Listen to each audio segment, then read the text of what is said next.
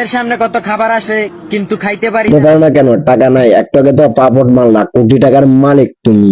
300 টাকা কেজি মুরগি বাপের সারাদিনের কামাই দিয়ে একটা মুরগি আনছে, তাও 5 মাস পরে। একটা সময় ছেলের বাবা দীর্ঘ 5 মাস পরে একটা মুরগি এনে ছেলের সন্তানকে খাওয়ায়, আর আজকে ওই ছেলে টাকার অহংকারে মাটিতে পা ফেলায় না, পা উপরে রাখে, আকাশে রাখে। যত টাকা উড়াই ওইটা তোমাদের বাপ দাদারও নাই। বুঝতে পারছি ভাই, এখন তো বিয়ে করছে, বিয়ে করে কাপড় বলক শুরু করছে। আমার বাসায় যাকে বলা হয় বউ ব্যবসা আর কি। এই জন্য টাকার অভাব নাই, আমিও বিয়ে করে কাপড় বলক করতে চাই। আপনারা কি বলেন একটু বলেন তো ভাই।